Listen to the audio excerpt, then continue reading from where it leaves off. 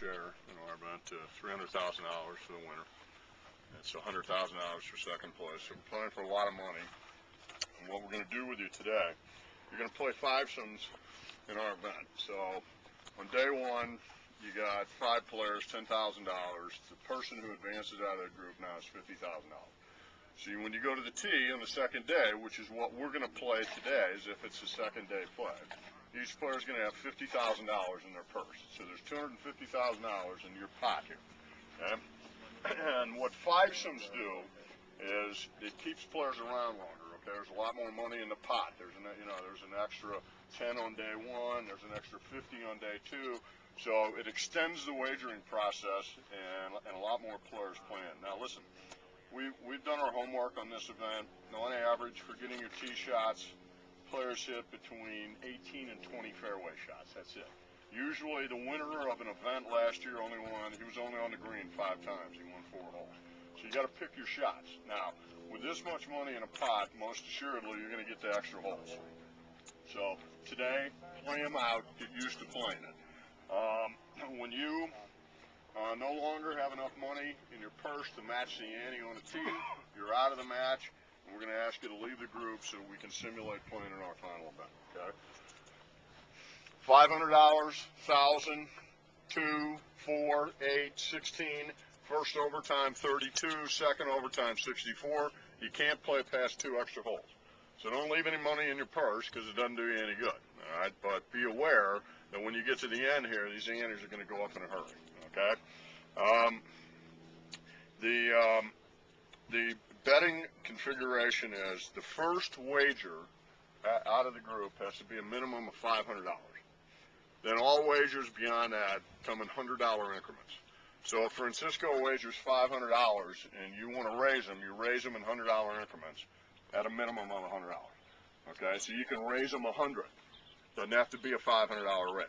Okay, that way it keeps players in. That's what we're all about. We want guys with money. Nobody wins this event on the front 9. Okay, if you're going to learn how to play this thing on the front 9, take your time.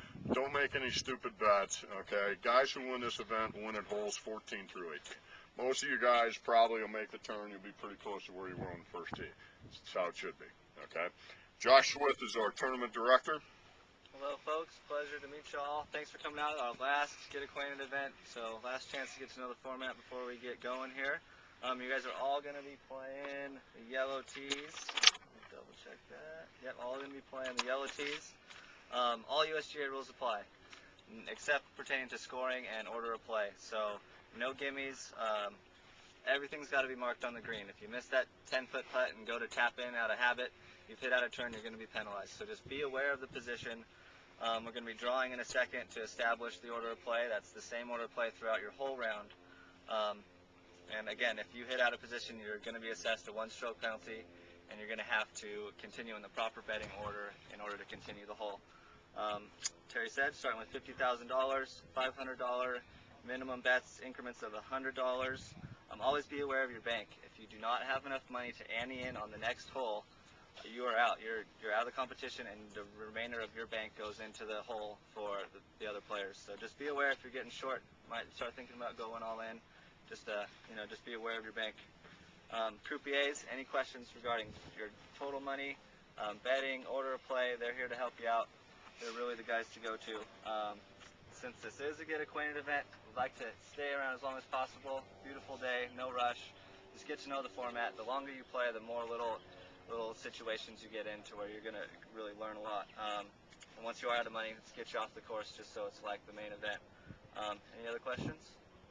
Everything's in play, gentlemen. Yep. Lateral hazards in the desert. Can't grind your clubs. Okay, and you can't move any obstructions, but you can play the ball. Yeah, if your ball is not on the cart path, green grass, or in the bunker, you're in the lateral hazard. So it all applies. No grounding clubs, no doing that. So just be aware of that. We can have you just identify your golf balls, and then we're going to draw for order of play.